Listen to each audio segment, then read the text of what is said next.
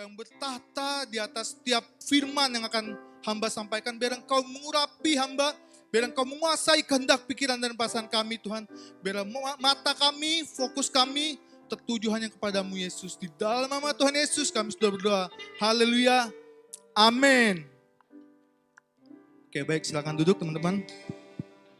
Ini apa siapa? Oke, shalom. Shalom. Puji Tuhan. Ya, gimana kabarnya teman-teman? Luar biasa ya. Puji Tuhan. Haleluya. Sekarang hari ini kita adalah pembinaan yang terakhir. Wih, siapa yang seneng nih? Yang terakhir. Jadi saya rindu teman-teman semua mendengarkan dengan baik. Meskipun ini singkat, enggak sampai berjam-jam, 3 jam, 4 jam, 5 jam. Tapi kalau teman-teman fokus, pasti teman-teman akan dapat rema yang baru. Dan teman-teman akan mendapat sesuatu yang dapat dilakukan dalam kehidupan sehari-hari. Amin? Amin? Katakan amin. Ayo semangat, antusias ya teman-teman ya. Karena kita akan mendapat sesuatu yang baru dari firman Tuhan. Dan hari ini kita akan belajar tentang apa? Ada yang tahu? Jangan munculin dulu ya PPT-nya. Tentang servant leadership. Tahu nggak artinya apa? Yang pintar bahasa Inggris siapa nih? Servant itu artinya apa? Ayo, masa nggak ada yang tahu? Apa? Apa? Servant. Pelayan, hamba. Jadi servant leadership, kepemimpinan yang menghamba atau yang melayani. Sebelum itu, siapa di sini yang mengikuti kepemimpinan dari materi 1, 2, 3, 4 yang gak pernah bolong? Angkat tangan. Yuk, coba. Ayo angkat tangan. Jangan malu-malu, ingat, ayo. Kita semua adalah leader. Amin. Kita semua itu pemenang. Dilahirkan sudah dari sononya calon pemimpin. Ayo, siapa yang sudah mengikuti dari awal sampai akhir? 1, 2, 3. Fania. Siapa lagi? Yohanes. Marvin.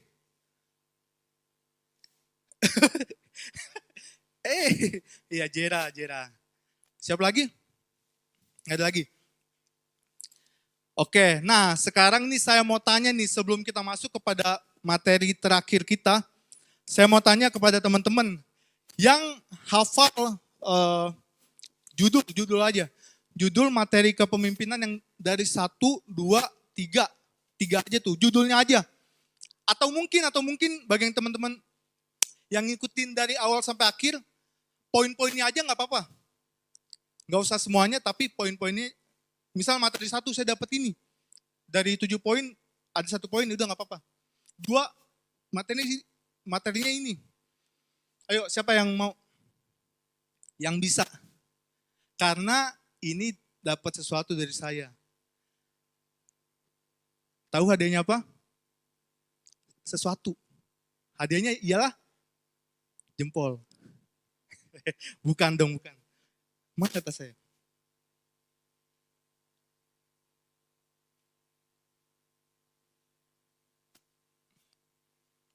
Ini adalah hadiah yang disenangi oleh semua orang, baik cewek maupun cowok. Ini mereka pasti ngejar-ngejar ini, karena ini bikin happy katanya, senang. Kalau stres, ada ini langsung happy. Tada! Ya. Ini, ayo, yang bisa poin-poinnya aja, nggak semua poin, 1 poin aja nggak apa-apa. Dari setiap materi 1 sampai 3. Ayo, yang berani saja, yang berani. Ayo, masa nggak ada yang berani sih dari antara berapa nih? Ribuan orang. Ayo. Masa nggak mau nih? Cuman jawab doang. Nggak usah detail, tapi poinnya aja nggak apa-apa. Misalnya yang materi pertama, saya dapat ini kok. Kalau Kita itu semua pemimpin. Ah boleh, nggak apa-apa. Yang kedua ini kok. Ayo. Weh, shalom, shalom. Haleluya. Ini hambanya nih. Wis, puji Tuhan. Haleluya. Selamat datang, hambanya. Ya. Ayo, ayo. Siapa nih? Ayo, waktu nih. Masa nggak mau nih? Kalau nggak mau, saya bawa pulang lagi ini. Ayo. Oke, udah aduh. Ini saya tunjuk nih. Saya tunjuk. Sebenarnya pasti ada yang mau, tapi malu, takut. Nah, ingat pemimpin harus bisa mengambil momentum. Nah, yaudah saya tunjuk aja ya. Kalau bisa, ambil. Kalau nggak bisa, yaudah. Ayo, 1, 2, 3. Marvin, ayo. Ini kan soalnya setia. Dari awal sampai akhir. Ayo, udah itu tinggalin aja nih. Berdiri di sini langsung. Biar nggak. Haleluya. Materi 1-3, poinnya aja atau mungkin judulnya juga nggak apa-apa. Yuk.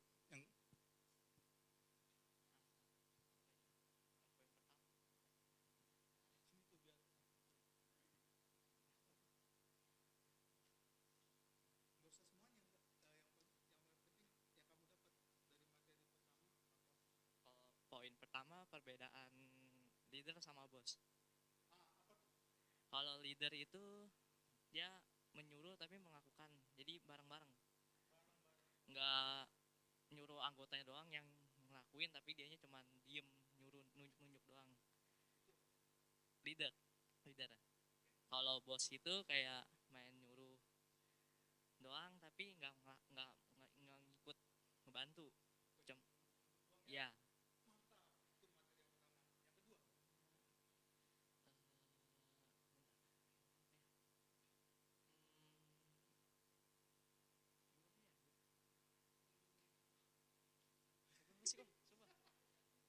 Kedua apa ya? Oh, kalau pemimpin Kristen itu ada kasih. Kalau pemimpin duniawi itu nggak ada kasih, Kalau pemimpin, oh ya marah-marah, ya yang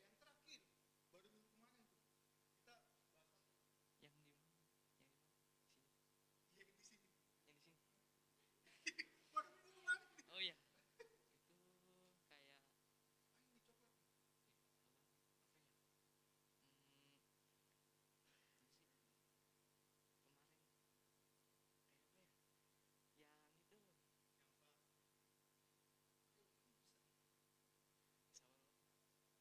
itu kayak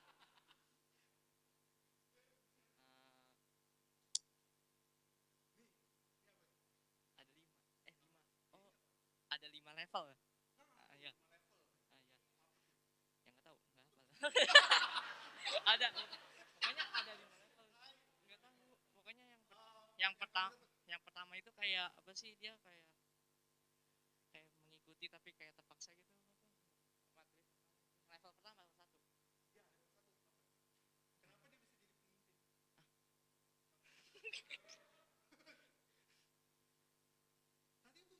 iya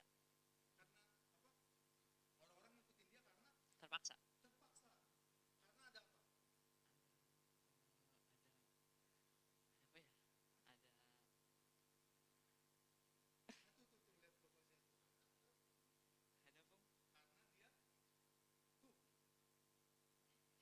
otaknya ngelek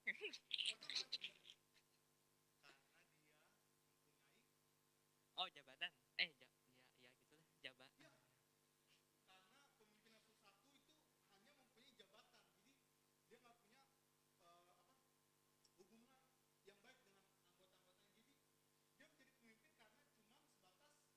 jabatan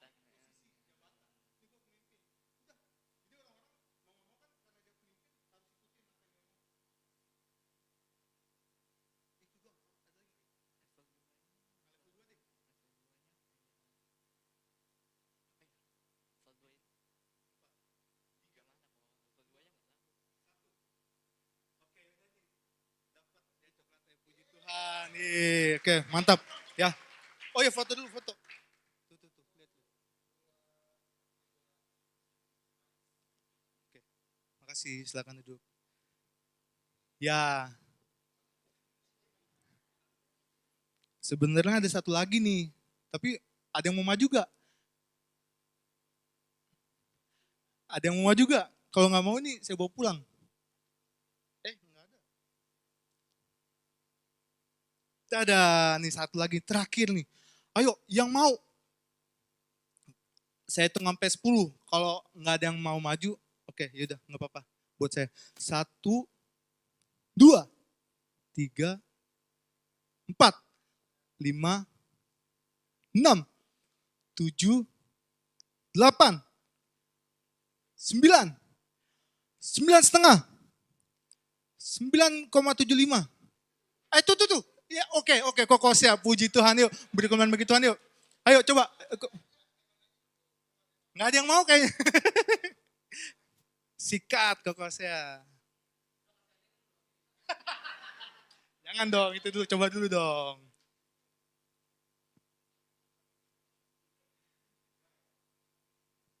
Ayo, materi 1 sampai 3.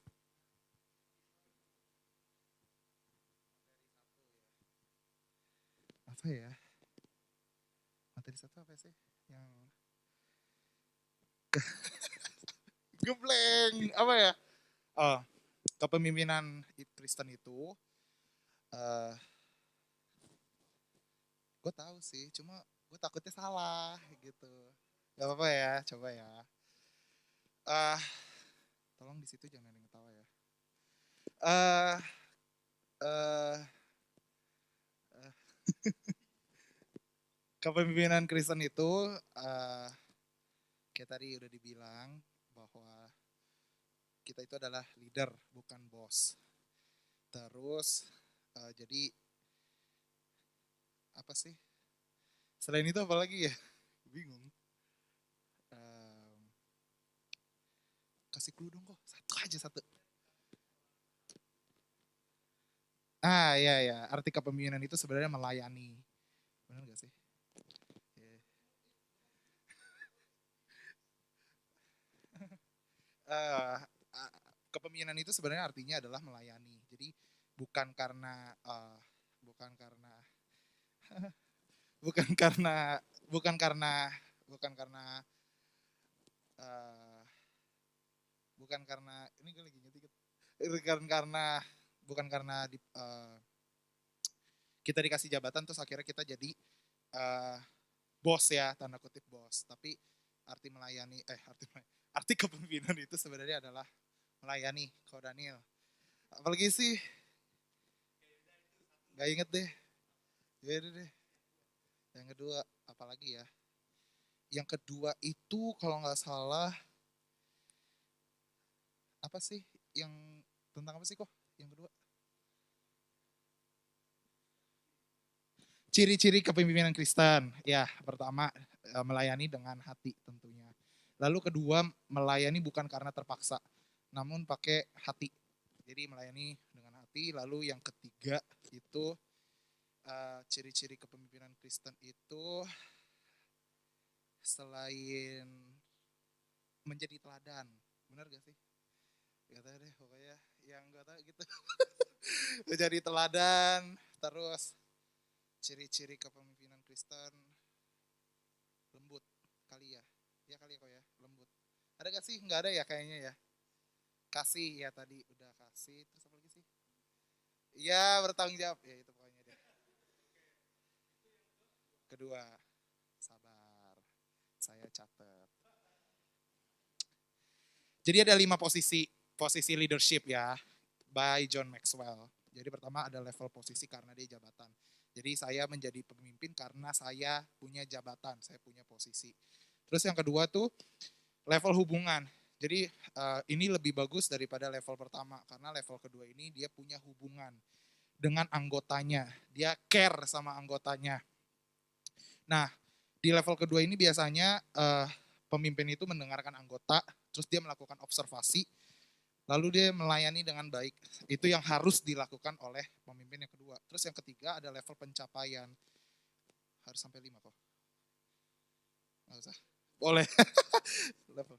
level pencapaian, jadi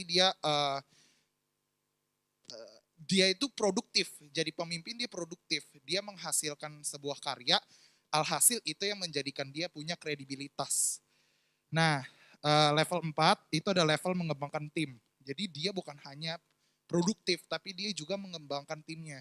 Jadi dia membangun tim anggotanya. Gak cuma dia doang, tapi timnya juga dia kembangin. Terus ada satu statement yang bagus banget. Leader creates leaders. Jadi goal daripada level 4 ini, pemimpin harus menghasilkan pemimpin. Yang terakhir tuh di level puncak. Biasanya dia ini yang menghasilkan warisan. Nah contohnya seperti Bapak Gembala kita yang dia punya warisan, yaitu warisan 10 cabang. Kayak gitu. Itu aja sih Kak Daniel ya. Intinya pemimpin itu pertumbuhan diri dan orang lain. Iya. Bisa kan gue? Ini yang foto siapa ya?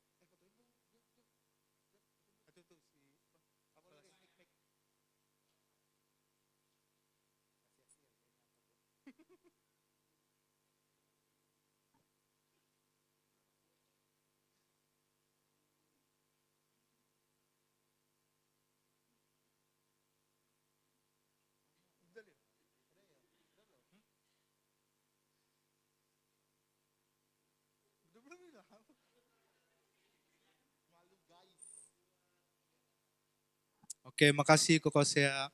Puji Tuhan, beri kemuliaan bagi Tuhan yuk. Oke, ya jadi sebenarnya yang ada yang beberapa benar tapi ada yang ini.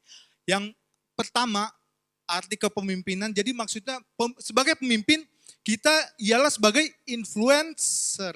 Jadi pengaruh, leader itu memberikan pengaruh. Nah, jadi kepemimpinan itu proses pengaruh mempengaruhi. Itu yang satu. Yang kedua, tadi pengertian kepemimpinan Kristen, di mana kita meneladani karakter kepemimpinan Kristus. Dan konsep atau perbedaan antara kepemimpinan Kristen dengan dunia itu paling pembedanya itu ialah kasih. Nah, dan juga kita harus ada buah-buah roh sebagai pemimpin Kristen. Dan ada banyak lagi. Nah, yang ketiga itu, yaitu tadi udah dijelasin oleh Koko Sea, ada 5 level. Dari John Maxwell, buku John Maxwell. Nah, yang terakhir, kita masuk kepada tadi yang disebutin oleh Koko Sea sebenarnya. Pemimpin ialah pelayan, melayani. Servant leadership. Jadi kepemimpinan Yesus belajar dari Tuhan Yesus sendiri. Nah, boleh next. Kita akan buka Injil Matius pasal yang ke-20. Oke, yang nggak bawa kitab boleh di layar.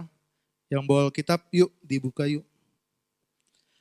Injil Matius pasal 20 ayat ke-26 sampai 28.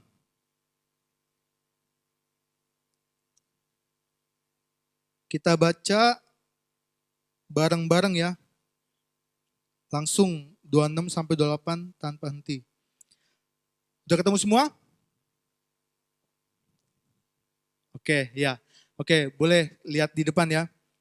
Ayo, 3, 2, 1. Tidaklah demikian di antara kamu. Barang siapa yang menjadi besar di antara kamu, hendaklah ia menjadi pelayanmu. Dan barang siapa yang ingin menjadi terkemuka di antara kamu, hendaklah ia menjadi hambamu. Sama seperti anak manusia, datang bukan untuk dilayani, melainkan untuk melayani dan untuk memberikan nyawanya menjadi tebusan bagi banyak orang. Amin.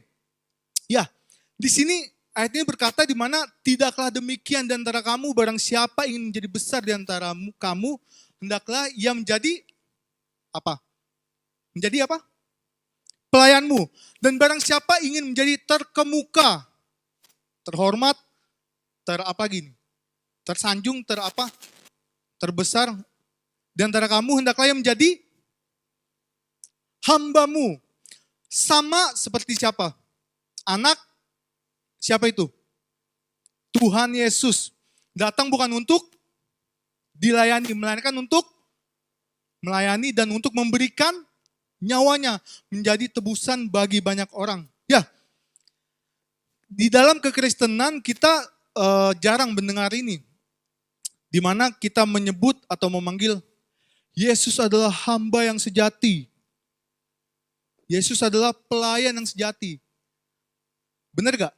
Kita sering dengar apa? Yesus adalah raja di atas segala raja. Dan Tuhan di atas segala Tuhan. Tetapi kita jarang mendengar ini. Di Alkitab dikatakan di mana sama seperti anak manusia datang bukan untuk dilayani, melainkan untuk melayani dan untuk memberikan nyawanya menjadi tebusan bagi banyak orang. Nah, di sini kita akan belajar tentang servant leadership, di mana contoh teladan kepemimpinan Yesus. Pemimpin yang melayani, pemimpin yang menjadi hamba. Bukan pemimpin yang hanya sebatas nyuruh-nyuruh, bosi, dan yaitu enggak menghargai anggota-anggotanya. Oke, boleh next? Nah di ayat 26 tuh. Tidaklah demikian di antara kamu, barang siapa yang ingin menjadi besar di antara kamu, hendaklah ia menjadi pelayanmu. Nah, garis bawah itu, pelayanmu. Seorang yang ingin menjadi pemimpin atau menjadi yang terbesar, kalau kita lihat dalam konteks ayat ini, ia harus terlebih dahulu menjadi apa?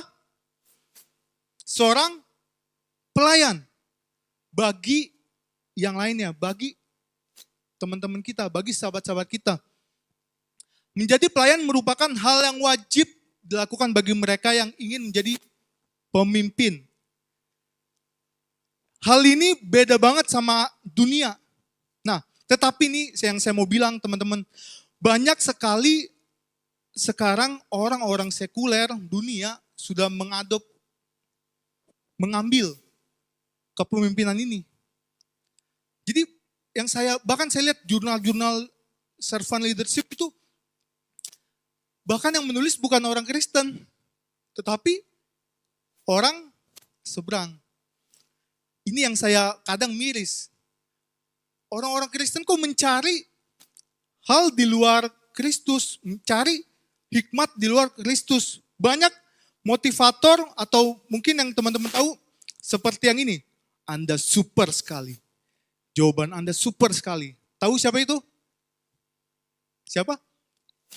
Siapa? Ya itu ya, tahu ya. Itu pertama kali saya dengar motivasinya di TV.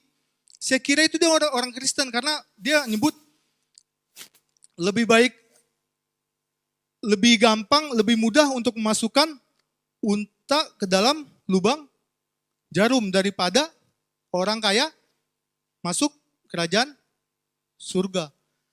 Itu kata-kata dari mana? Ini dari Alkitab. Saya kira dia orang Kristen, tapi ternyata yang saya lihat-lihat, saya searching, ternyata bukan. Nah, banyak orang-orang Kristen ngikutin atau beli buku-bukunya dia.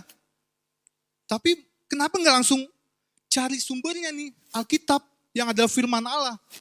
Kenapa melalui motivator itu dulu yang bukan orang Kristen.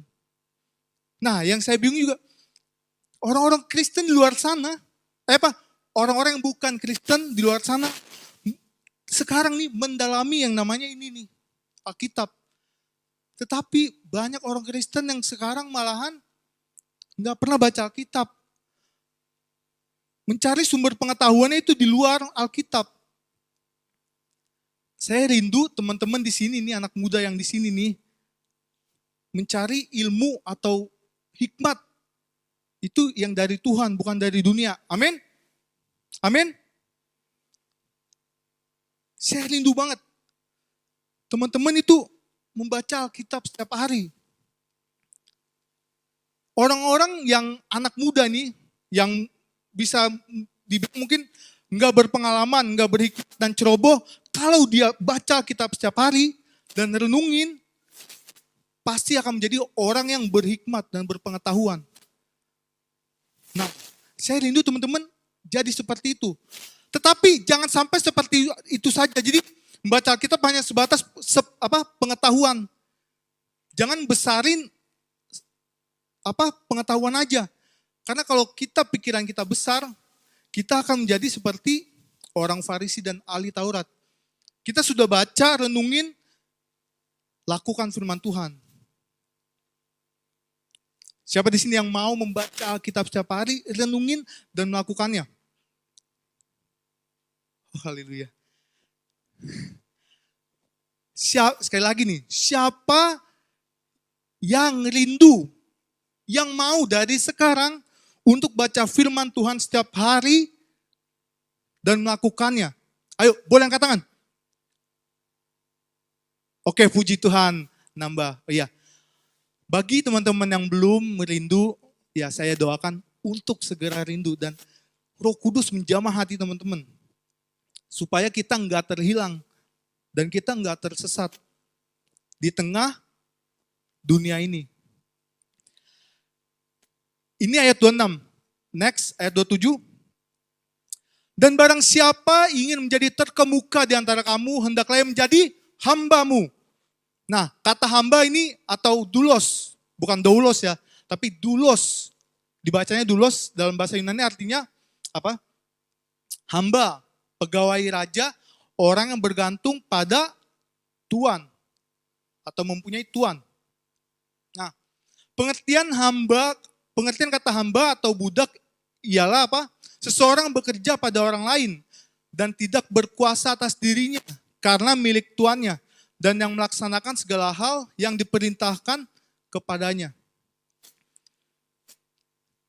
Tadi saya ngomong Tuhan Yesus itu siapa? Tuhan Yesus hamba dan pelayan. Siapa yang setuju Tuhan Yesus hamba dan pelayan? Oke. Nah, tapi saya bilang lagi tadi Tuhan Yesus juga adalah. Nah, siapa yang setuju Tuhan Yesus adalah Tuhan dan Raja di atas segala raja?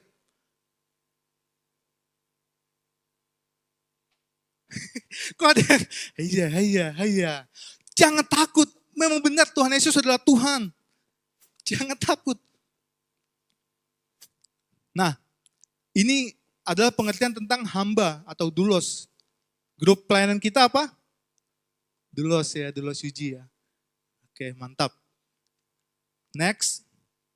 Nah, kita sekarang akan melihat fungsi hamba atau pelayan.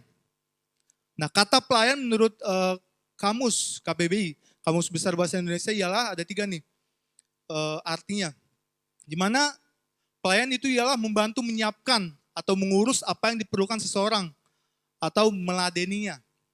Yang kedua ialah menerima atau menyambut ajakan atau tantangan atau serangan. Yang ketiga, mengendalikan atau melaksanakan penggunaan.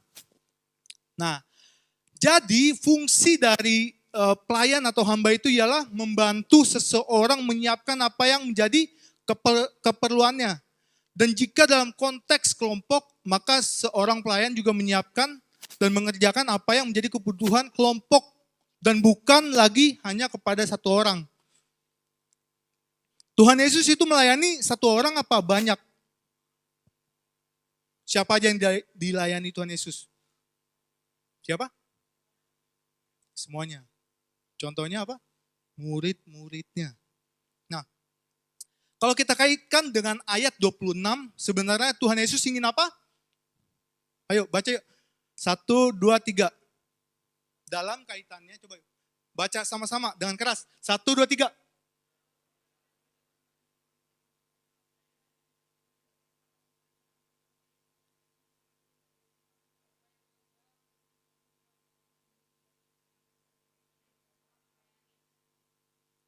Oke. Ya. Yesus ingin mengejarkan kepada para muridnya untuk melihat dan mengingat kembali apa yang sudah Yesus lakukan dan yang seharusnya menjadi teladan bagi mereka dalam hal melayani. Di sini yang kita sudah tahu, Tuhan Yesus adalah raja di atas segala raja, Tuhan di atas segala Tuhan, tetapi dia rela untuk apa? Melayani. Dia kan disebut apa? Tuhan, guru, raja, tapi dia rela atau mau melayani. Nah, kita akan lihat kenapa Tuhan Yesus kok mau seperti itu. Next. Nah, ada 4 hal nih. Kalau kita mau menjadi servant leader, pemimpin yang melayani atau pemimpin hamba, ada 4. Kita langsung aja next ke yang pertama. Kalau kita mau menjadi servant leader, pemimpin yang melayani atau pemimpin hamba, yang pertama ialah ada harga yang harus dibayar. Apa itu? Boleh next? Nah, kata harga dalam KBBI ialah nilai yang dibayar untuk sesuatu tertentu, untuk memperoleh sesuatu. Arti lainnya ialah kehormatan diri. Kalau kita kaitkan dengan kepemimpinan hamba, maka harga yang dimaksud di sini ialah apa? Kehormatan seseorang yang ingin menjadi pemimpin. Jadi kita sebagai pemimpin ada harga yang harus dibayar, yaitu apa? Apa? Apa itu? Kehormatan. Banyak dari kita yang sudah menjadi pemimpin, kita maunya diapain? Dilayani. Diapain? Dihormatin. Disanjung. Diapain lagi? Ya pokoknya yang enak-enak lah. Enggak mau yang namanya, karena kita di direktur. Terus misalnya ada orang mau mindahin misalnya meja, itu berat, itu berdua, dia sendiri doang. Kita sebagai direktur mau nggak bantuin dia? Kalau di dunia, mau nggak? Nggak mau. Udah sendiri. Nah, tapi kita nih harus tampil beda nih. Pemimpin Kristen yang meneladani Tuhan Yesus, harus ini nih, ada harga yang harus dibayar. Kita harus menanggalkan. Nah, nanti nih kita masuk lebih lagi. Ini baru kulitnya aja ya. Kata harga menunjukkan kepada suatu pengorbanan yang siap dilakukan oleh seseorang untuk melaksanakan sesuatu secara khusus oleh pemimpin. Oke, next. Nah, di sini ayat yang ke-28. Kita baca lagi yuk, sama-sama. Boleh Daniel baca yang keras?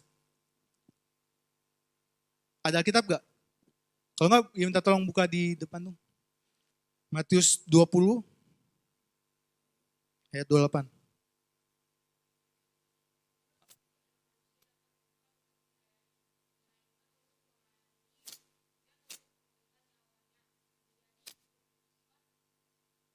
Bagi banyak orang. Amin. Sama seperti anak manusia. Oke. Yang poin kedua, next.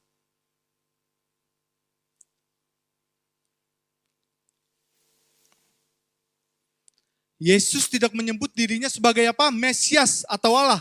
Akan tetapi banyak yang Tuhan Yesus memakai ungkapan anak manusia. Nah, yang saya mau tanyakan gini, kenapa Tuhan Yesus nggak pernah menyebut dia sebagai Allah atau Mesias? Ada yang bisa jawab gak? Kenapa Tuhan Yesus menyebut dia sebagai anak manusia? Ada yang tahu gak? Halo? Kenapa? Wih, mantap. Karena dia rendah hati. Keren. Daniel. Ada lagi? Kenapa Tuhan Yesus gak pernah menyebut, ini gue Tuhan lu, gue Mesias, gue bisa nyembuhin lu, gue bisa bangkitin orang mati. Kenapa? Kenapa Tuhan Yesus gak pernah sebutin itu? Malah dia ngomong anak manusia.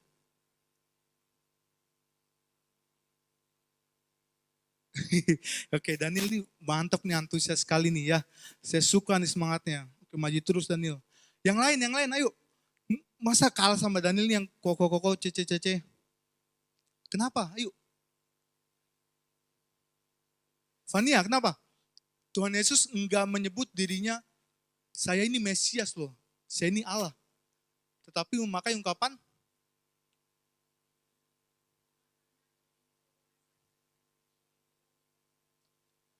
wih mantap.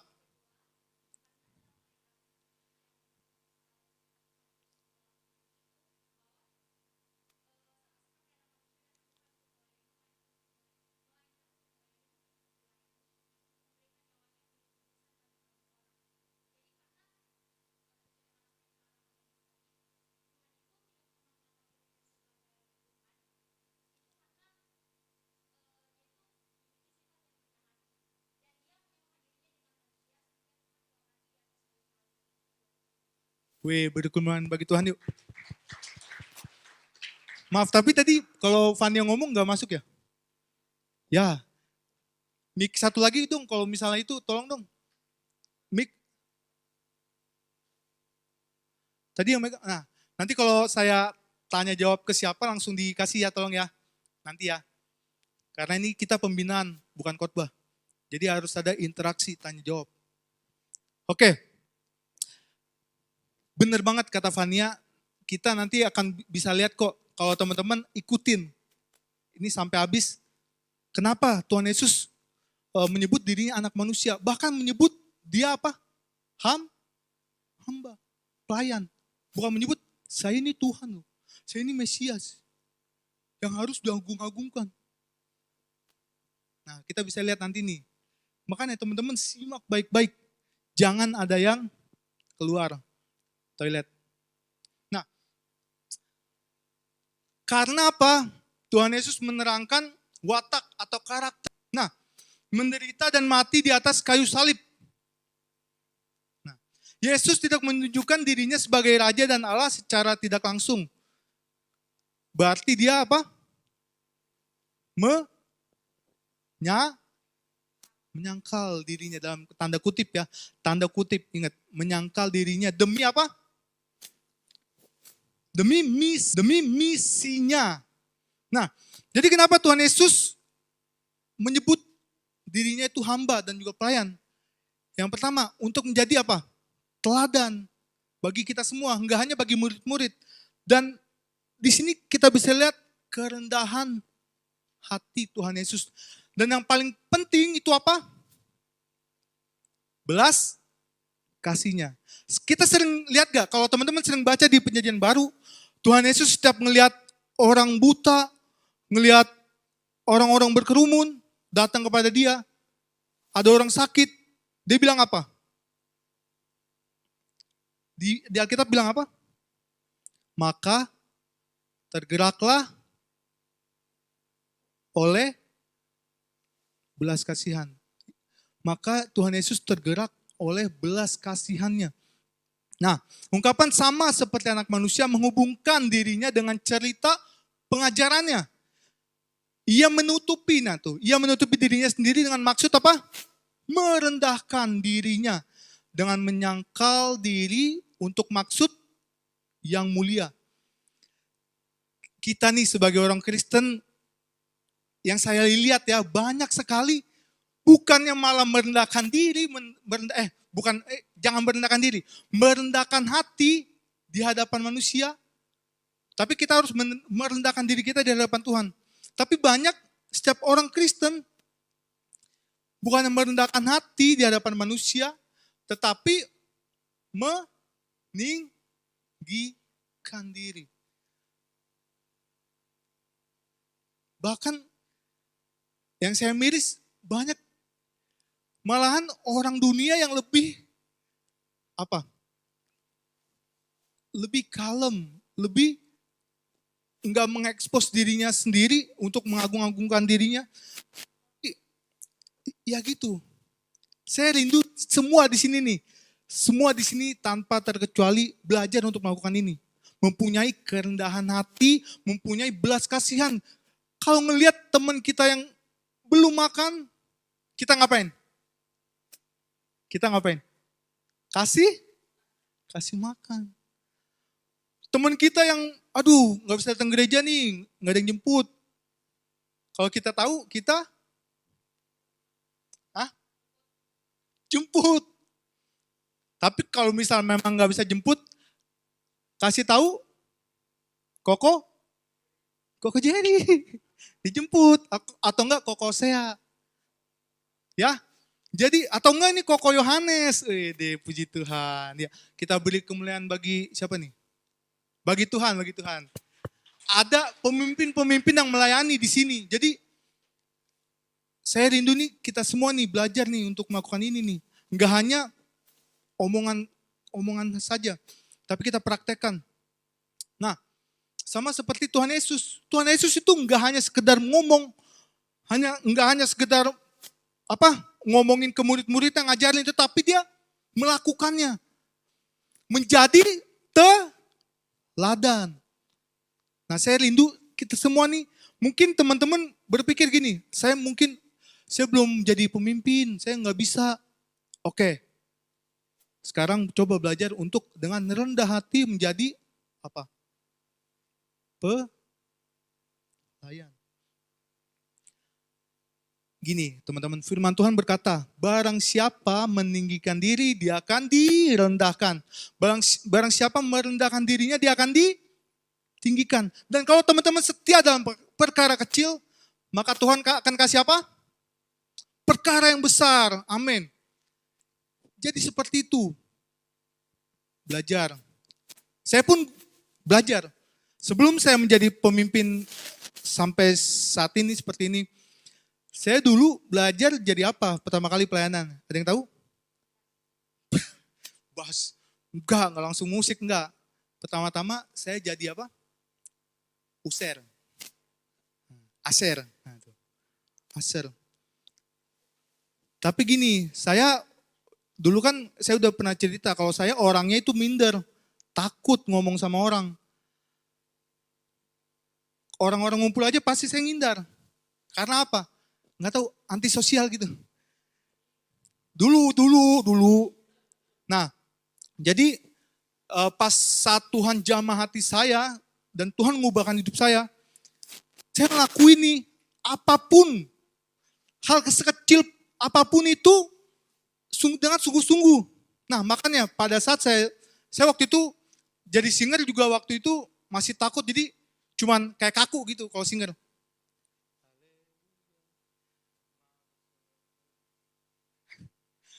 Nunduk. Begitu dulu. Makanya saya nggak dijadiin singer. Jadi cuman aser sama kolektan. Tapi di situ saya belajar untuk sungguh-sungguh dan benar-benar pas saat jadi aser, orang masuk sapa dengan senyum. Hey, shalom. Hey, gimana kabarnya? Ya, dengan senyuman. Tapi dengan tulus hati juga. Jangan pura-pura. Karena memang mungkin manusia bisa dibodohi, tapi Tuhan nggak bisa. Tuhan bisa melihat kedalaman hati kita sampai yang paling dalam. Makanya saya sungguh-sungguh di saat itu. Puji Tuhan dari Asyr merambah. Saya belajar main musik. Gitar bisa. Gitar, bass bisa. Naik lagi saya setia tuh dalam perkara kecil. Drum dikit-dikit. Akhirnya puji Tuhan dikasih kepemimpinan jadi apa? Waktu itu ketua komsel. Setia dalam perkara kecil. Tapi kalau misalnya udah jadi asyar, jadi pemusik, jadi ketua komsel, disuruh jadi asyar lagi. Sorry. Gue gak bisa. Gue udah jadi pemusik. Aduh, asyar apaan sih? Ya, kolektan. Nah tuh, jangan tuh. Tuhan tuh sangat benci orang-orang kayak gitu tuh. Pilih-pilih pelayanan. Kita itu hamba. Ingat, kita semua itu hamba. Kita ini melayani siapa? Tuhan. Jadi ya jangan tengah dan harus dengan tulus hati, dengan sepenuh hati kita. Makanya, ya puji Tuhan saya sampai saat ini nih bisa jadi ketua youth. Wah itu semua karena anugerah Tuhan. Itu semua karena kasih penyertaan Tuhan dalam kehidupan saya. Dan Tuhan sudah mengubahkan gambar diri saya tuh yang tadinya rusak. Yang tadinya antisosial, pemalu, takut. Tapi sekarang saya menjadi pribadi yang lebih baik lagi. Itu semua karena anugerah Tuhan. Oke, beri kemuliaan bagi Tuhan. Tuhan Yesus itu baik. Nah, saya bisa berubah seperti ini dan menjadi pemimpin. Saya yakin juga teman-teman nih, siapa nih? Yung, Nicholas, Yohanes, Amel. Siapa? Melvin, Farel, Marvin. Siapa tuh? Hansel. Patrick, semuanya ini pasti bisa. Makanya, pertama kali itu ialah mempunyai hati dulu. Yuk, melayani, menjadi pelayan. Setiap dalam perkara kecil. Kalau Tuhan sudah tambahkan, oke, syukuri dan tetap hati kita itu tetap harus rendah. Kalau kita mau jadi seperti Yesus, oke, ilustrasi deh. Yuk, siapa nih yang paling tinggi di sini siapa? Hansel. Ayo ke Hansel yuk, maju ke depan yuk sebentar. Ini ilustrasi. Ayo, ilustrasi. Kalau kita mau jadi seperti Yesus, oke, karena malu, yang selain Koko Hansel siapa yang paling tinggi? Ya udah, oke boleh yuk, Koko jalan yuk. Yuk, mengingat waktu yuk sebentar yuk. Nggak diapa-apain kok. Nggak dimakan nggak.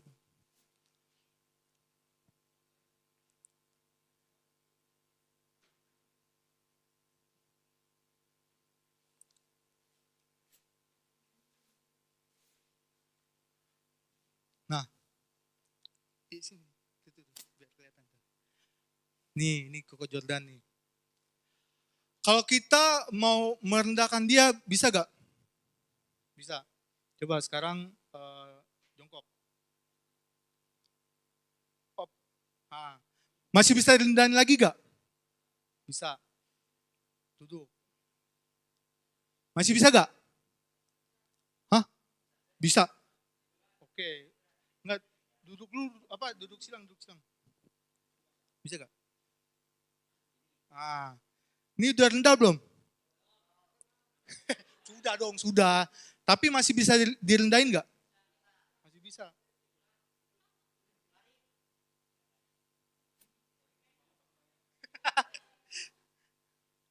Jadi apa? Oh, tiduran beneran? Iya, tiduran. Ayo. Iya, nggak apa-apa. Ayo tiduran. Ayo. Kayak gini masih bisa direndahin nggak? Coba kayak bener kayak gitu. Ya, masih bisa direndahin nggak? Oh iya. Masih bisa direndahin nggak nih? Nah tuh, kayak gini tuh. Masih bisa nggak? Masih ya? Coba. Ayo sekarang coba tiduran. Ayo, tiduran. Ayo. Coba sampai rebah. Nggak apa-apa. Ayo melayani, yuk. Coba. Ayo.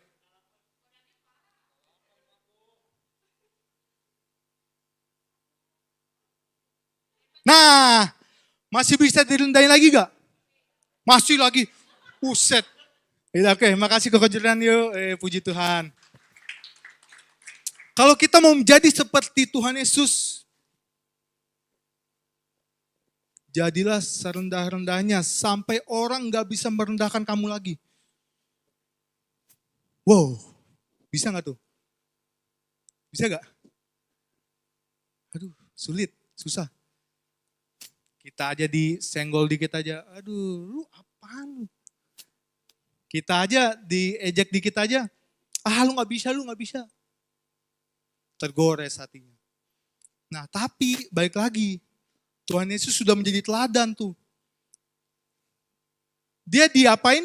Matinya diapain? Disalib. Itu adalah hukuman yang paling terhina tuh. Itu penjahat yang paling udah ngelakuin kejahatan yang benar-benar udah nggak bisa, Udah kelas atasnya lagi. Tapi Tuhan Yesus tuh ngelakuin hal yang salah gak sih? Enggak. Tapi dia rela apa?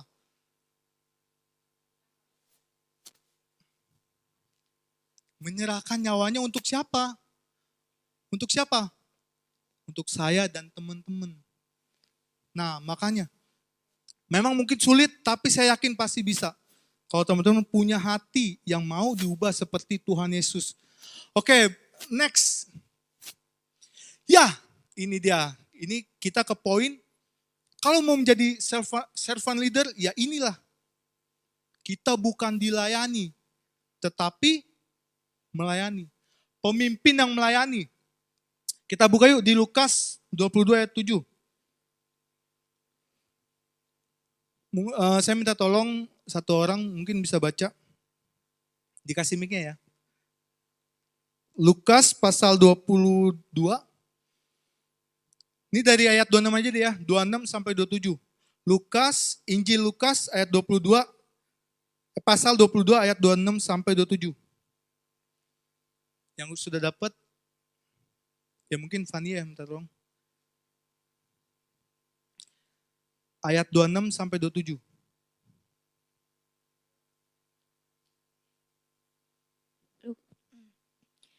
Lukas 22 ayat 26 sampai 27.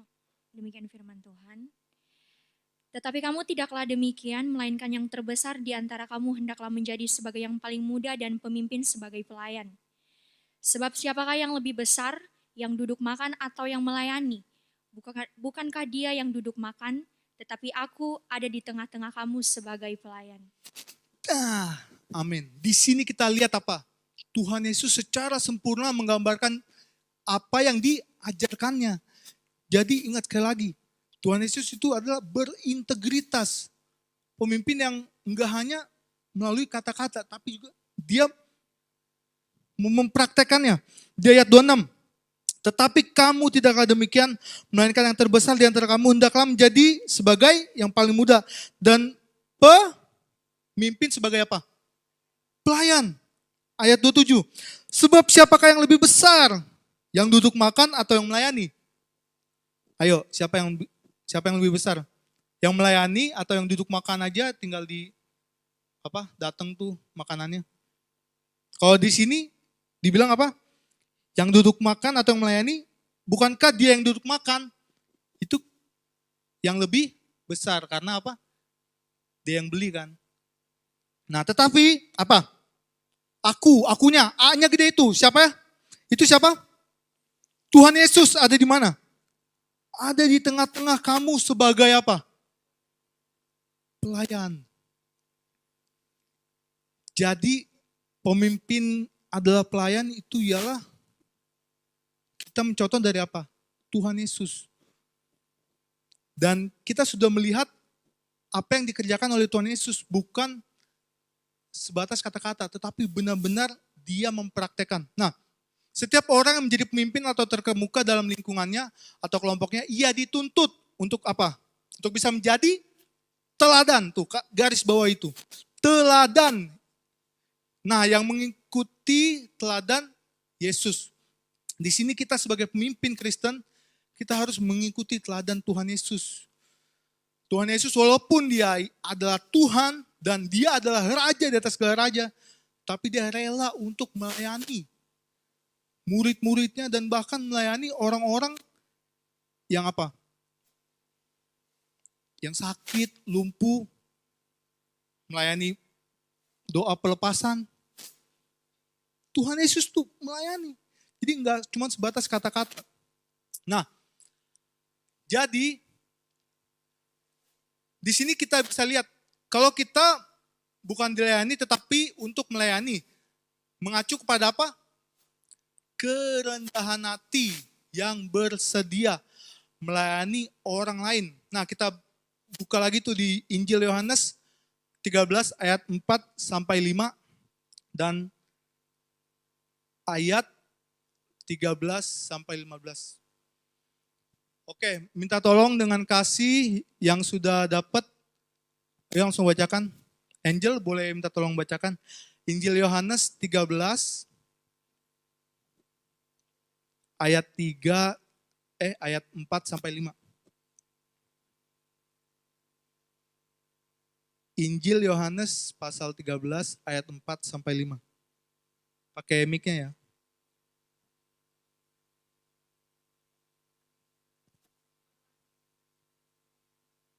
Yohanes 13 ayat 4.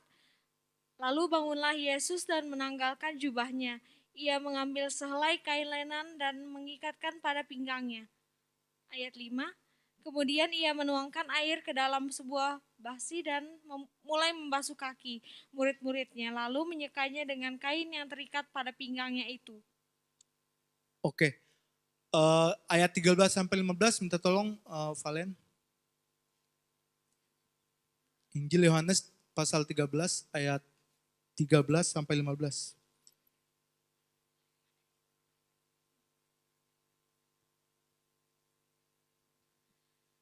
Ayat 13. Kamu menyebut aku guru dan Tuhan dan katamu itu tepat.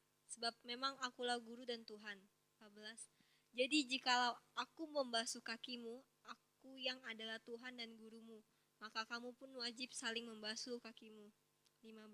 Sebab aku telah memberikan suatu teladan kepada kamu, supaya kamu juga berbuat sama seperti yang telah kuperbuat kepadamu. Amin. Nah, di sini saya mau bacakan lagi di ayat 13 saja sampai 15. Kamu menyebut aku guru dan Tuhan. Aku itu siapa? Tuhan Yesus. Dan katamu itu apa? Tepat. Sebab apa? Memang akulah guru dan Tuhan. Ayat 14. Jadi jikalau aku membasuh kakimu, aku yang adalah Tuhan dan gurumu, maka kamu, saya, kita, apa? Ayo baca sama-sama. Wajib saling membasuh kakimu. Ayat 15. Sebab aku telah memberikan suatu apa? Teladan kepada kamu supaya apa? Kamu juga berbuat sama seperti yang telah kuperbuat kepadamu. Di sini Tuhan Yesus sudah mempraktikkan. Disebutnya di apa sama murid-muridnya? Tuhan dan guru. Itu, wah itu udah benar-benar pemimpin. Tetapi dia rela apa? Membasuh kaki. Nah, sebenarnya harusnya nih, saya rindu nih kita praktekin langsung nih. Kalau ada yang kepahitan sama siapa langsung basuh kaki. Tapi lagi corona nggak boleh, ya nggak boleh. Jadi teman-teman, Tuhan Yesus juga ngomong apa? Sebab ayat 15 tuh, sebab aku telah memberikan suatu teladan kepadamu supaya kamu juga berbuat. Nah, di sini saya rindu teman-teman, yuk kita saling mengasihi, kita saling melayani. Bukan karena apa? Bukan karena kita, tetapi karena Yesus terlebih dahulu mempraktekkan itu. Melayani murid-muridnya. Mengasihi mereka, bahkan gak hanya mengasihi murid-murid dan apa? Keluarganya, tetapi musuh-musuhnya bahkan didoakan oleh Tuhan Yesus. Kita ini sebagai pemimpin, kalau kita mau menjadi servant leader, kita harus mempunyai hati yang murni. Kalau kita mempunyai luka yang gak bisa dibereskan, yang gak bisa diselesaikan, susah. Karena apa? Kita udah gak bisa murni hati kita, udah gak tulus. Dan itu yang bisa bikin jadi apa? Jadi penghalang untuk kita dapat melayani sesama. Tapi kita lihat yuk praktek tuh, Tuhan Yesus menjadi teladan dalam melayani. Jadi ingat sekali lagi, jangan membeda-bedakan pelayanan, membeda-bedakan jabatan, khususnya apalagi di gereja. Kita semua ini sama. Yuk kita saling merangkul, saling lihat kalau misalnya ada yang lagi, aduh gue lagi galau nih. Aduh, gue belum makan nih. Samperin. Jangan, wah dia lagi galau nih. Kalau enggak, aduh kayak gini-gini, aduh wah ini lapar nih. Minta duit nih pasti, minta makanan. Udah kabur dah. Jangan kayak gitu.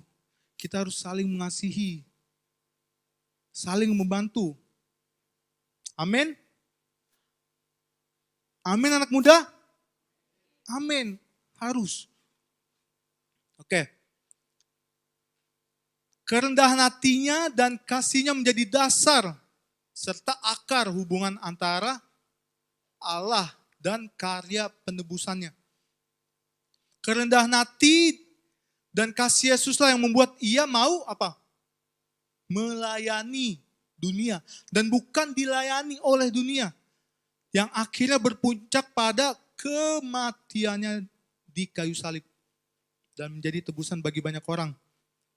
Kita buka di Filipi 2 ayat 8. Filipi pasal 2 ayat 8. Minta tolong Brian, boleh bacakan?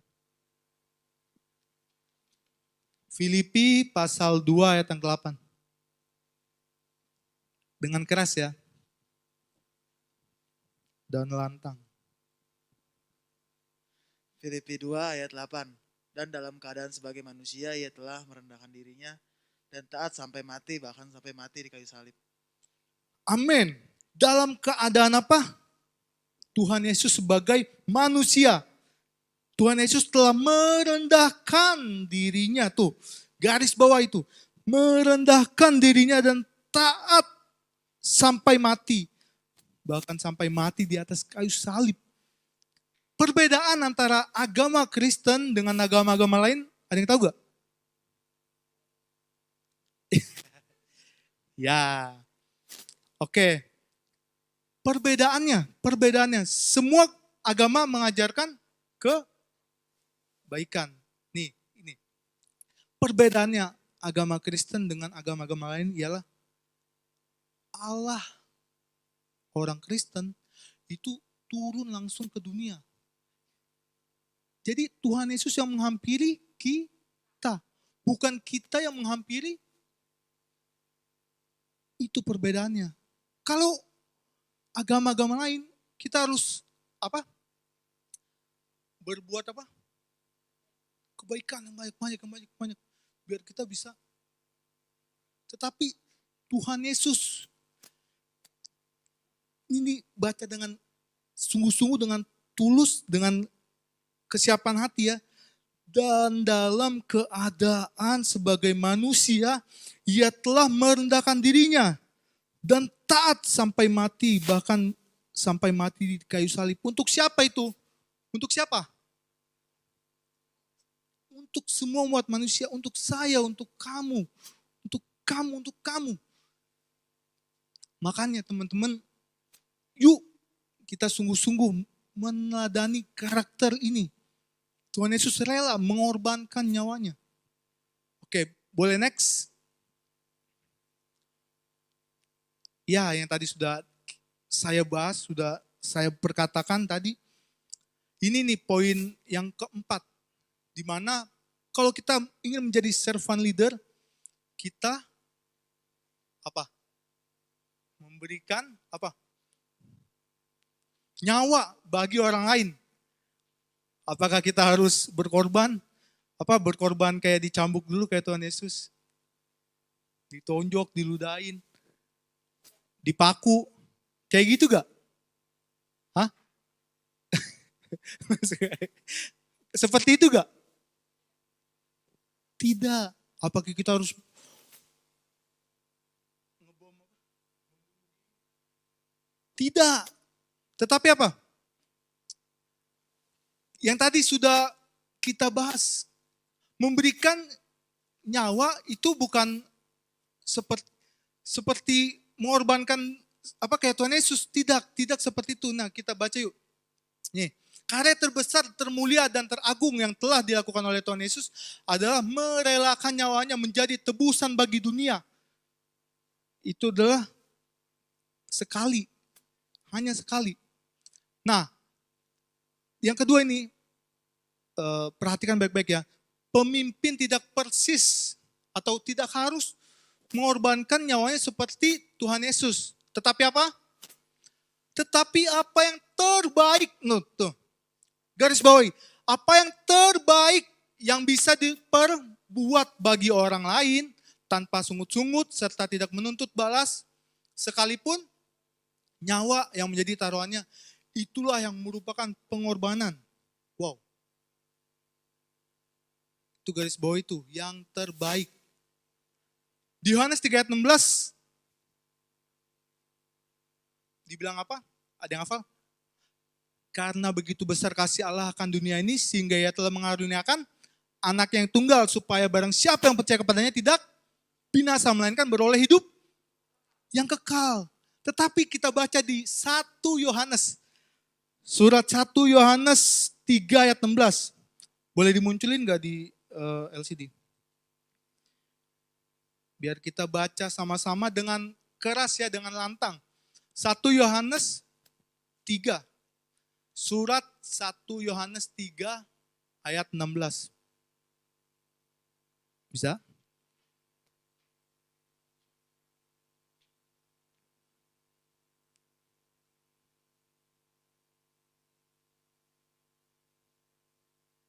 Ya.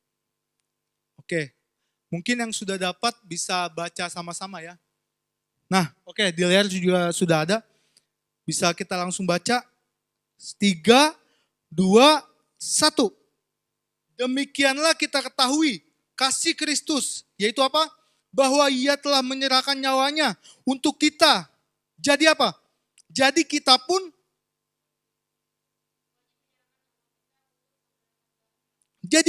wajib menyerahkan nyawa kita untuk saudara-saudara kita. Kita lanjut baca di ayat 17.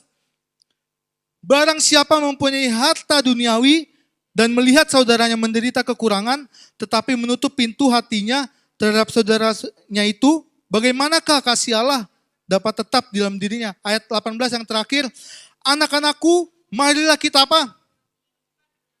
Marilah kita mengasihi, bukan dengan apa? Tetapi, amin.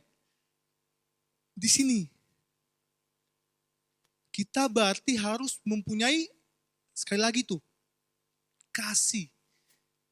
Kita harus saling mengasihi. Rela berkorban. Kalau ngelihat Daniel nih, lapar. Kita harus apain? Suruh pulang. Ya jangan suruh pulang, kita kasih apa?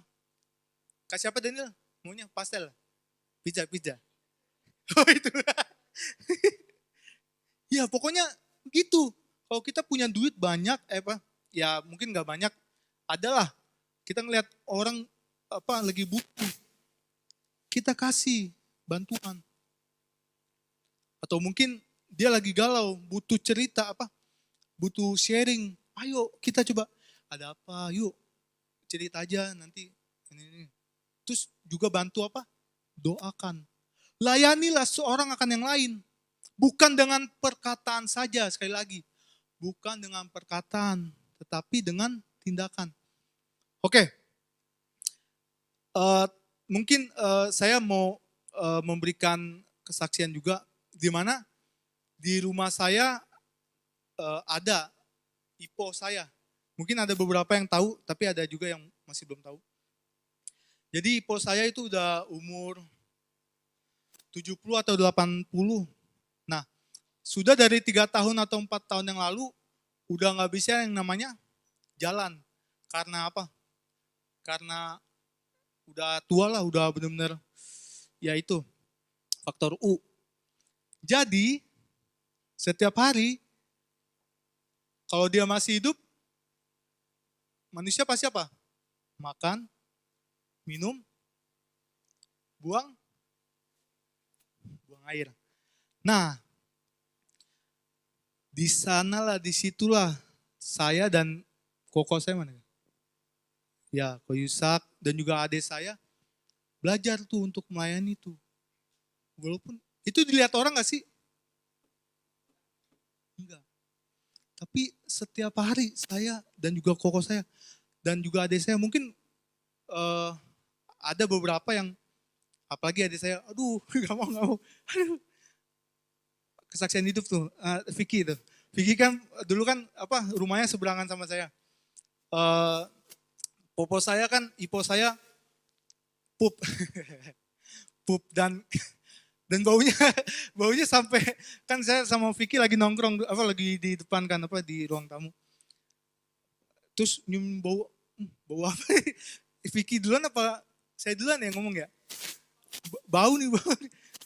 Terus wah iya nih, pas saya lihat ke belakang, wah bener, pup ternyata. Saya bilang, Pik, tolong Pik, bantuin gue Pik. Waduh, enggak. Aduh, enggak kuat. Ya, tapi saya dan juga koko saya, adik saya belajar tuh untuk itu setiap hari. Enggak cuman seminggu sekali, sebulan sekali, enggak, setiap hari. Kalau ngompol yang ngompol di situ, yang namanya juga nggak bisa ke WC, duduk tiduran terus. Dari situ saya belajar untuk melayani. Nah teman-teman gini, teman-teman belajar untuk menjadi pemimpin, servant leader, mungkin nggak bisa langsung di atas, tapi coba belajar untuk melayani orang tua, melayani saudara-saudara kita yang ada di rumah, yang terdekat dahulu. Kalau papa kita nyuruh, Hansel, beli nasi padang. Atau siapa? Melvin, beli oli. Mau gak? Buat ganti oli. Mau gak? Harus mau belajar. Atau mungkin, ya tadi seperti saya, popo saya yang harus dilayani. Ya udah, ganti baju. Cuciin bajunya. Cebokin. Nah, belajar. Coba yuk. Dari yang terdekat dulu, yang keseharian kita. Mungkin di tempat kerja kita belajar untuk melayani. Dengan apa tadi? Ketulusan hati. Jadi jangan dengan kemunafikan. Tapi benar-benar dengan sepenuh hati. Ingat seperti untuk siapa? Untuk Tuhan dan bukan untuk manusia. Oke, next. Ya, kesimpulan nih akhirnya, puji Tuhan, haleluya, amin. Ya, boleh yang belum pernah baca siapa ya? Amel, minta tolong baca yang paragraf yang pertama tuh, seorang pemimpin Kristen dituntut sampai yang tersisa. Mic-nya minta tolong. Amel. Kenapa? Nggak kelihatan? Oh, mungkin boleh maju. Di sini, dari sini juga nggak apa-apa. Ayo, kasih mic-nya.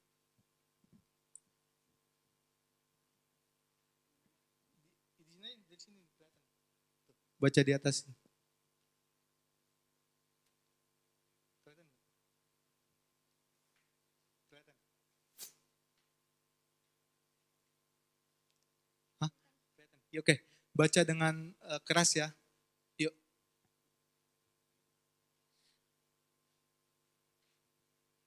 Seorang pemimpin Kristen dituntut agar tidak mementingkan dirinya sendiri, tapi hendaklah ia menjadi berkat bagi orang lain dan mengasihi mereka sebagainya mengasihi dirinya sendiri. Memberikan nyawa bagi orang lain adalah suatu ungkapan yang menunjukkan suatu pemberian yang seri dan sepenuhnya tanpa tersisa.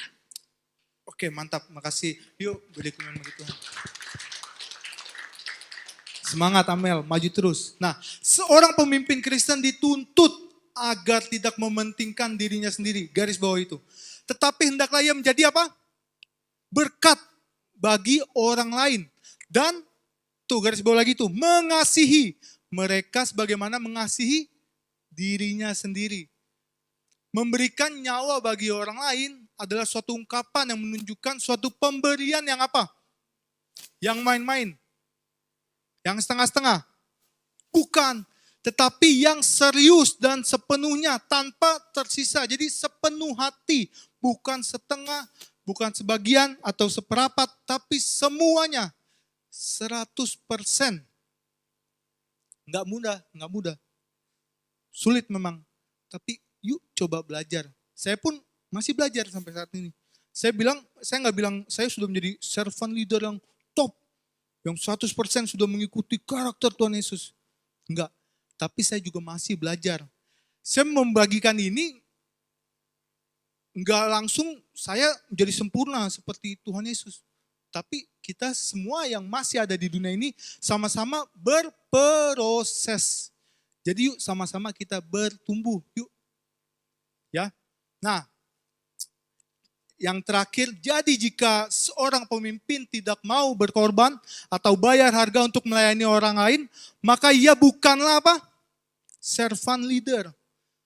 Kalau pemimpinan hamba atau pelayan pasti rela berkorban. Serta apa? Melayani anggota-anggotanya. Dan pasti mempunyai, ayo kita baca sama-sama. Ini yang terakhir. 1, 2, 3, mempunyai apa? Ayo, yang semua, yang semangat. 1, 2, 3. Ketulusan dan kerendahan hati. Amin. Saya rindu kita semua tuh mempunyai itu, semua itu. Kasih, ketulusan, dan kerendahan hati. Makanya saya berdoa, kita semua yang ada di sini yang sudah mendengar akan mempraktekannya dalam kehidupan teman-teman. Amin. Puji Tuhan.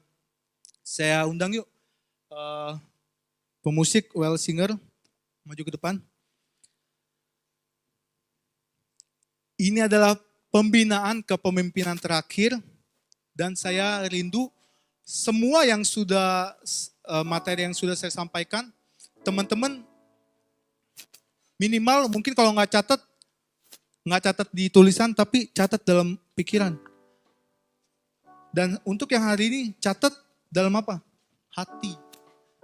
Dalam rema teman-teman tuh, sesuatu yang baru. Dan teman-teman harus belajar untuk apa? Lakukan. Sulit gak? Oh sulit banget. Apalagi jadi seperti Tuhan Yesus yang tadi apa? Merendahkan diri serendah-rendahnya. Sampai orang-orang gak bisa rendahin kita lagi. Waduh tuh. Saya kan kerja di accounting kan, terus admin juga pernah. Tapi sampai satu saat saya coba apa? Jadi apa? Go to the jack, Gojek ya. Nah, saya di situ apa ya? Orang-orang lihat, apalagi teman-teman saya bilang, aduh nih lu udah kerja bertahun-tahun, udah ada ini, kok jadi Gojek? Di situ jujur, aduh, itu belum serendah-rendah banget tuh, belum kayak diludahin atau diapain kayak Tuhan Yesus, tapi itu hati saya udah, Terus orang-orang tanya, ada yang nanya, Nil lu kerja di mana Nil? Masih kerja? Gojek. Oh berarti udah gak kerja ya? Itu kerja, Gojek itu kerjaan. Tapi banyak orang yang bilang, aduh, nah di situ, itu aja hati saya udah, oh Tuhan. Sabar. Itu belum serendah-rendahnya tuh, tapi udah tergores dikit. Nah, apalagi jadi seperti Tuhan Yesus yang dia adalah Tuhan dan Guru, tapi rela diapain? Rela ditonjok, diludahin, dicambuk, bahkan mati sampai seperti apa? Di atas kayu salib.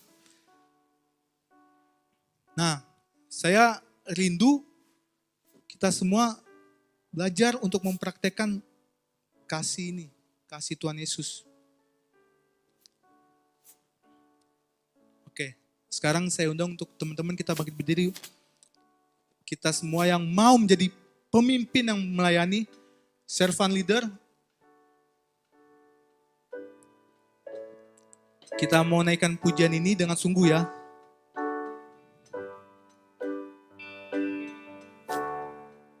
Kasih Tuhan Yesus. Melayani lebih sungguh. Melayani melayani lebih sungguh.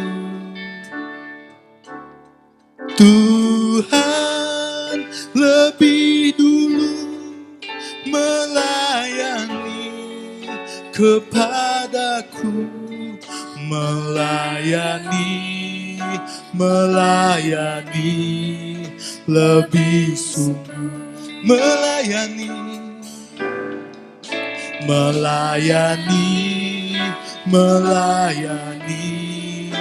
lebih sungguh,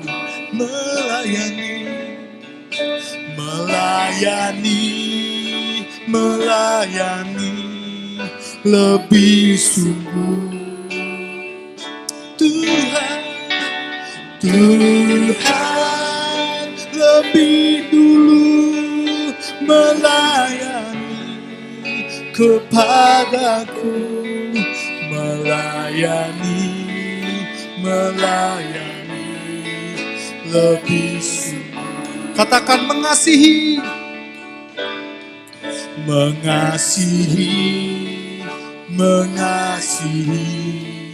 lebih sungguh. Amin.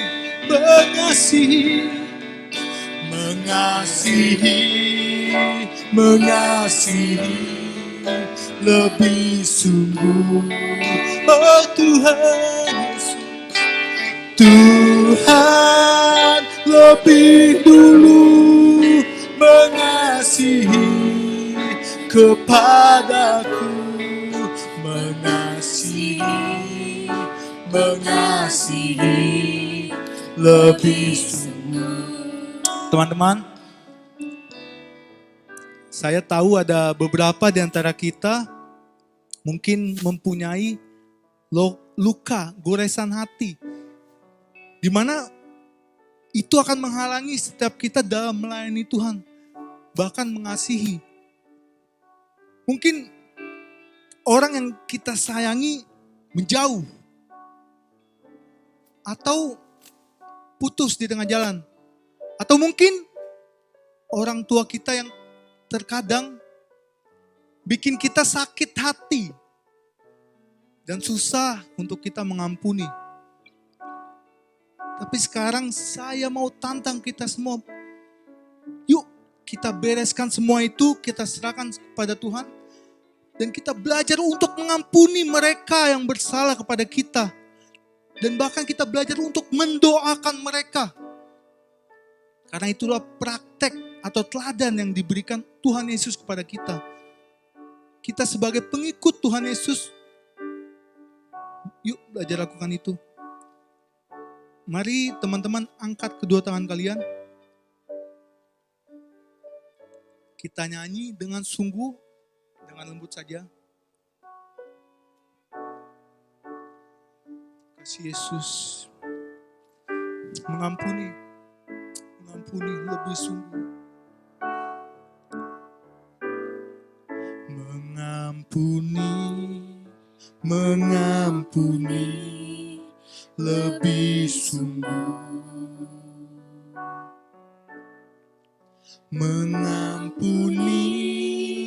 Mengampuni lebih sungguh. Tuhan lebih dulu mengampuni kepadaku, mengampuni lebih sungguh.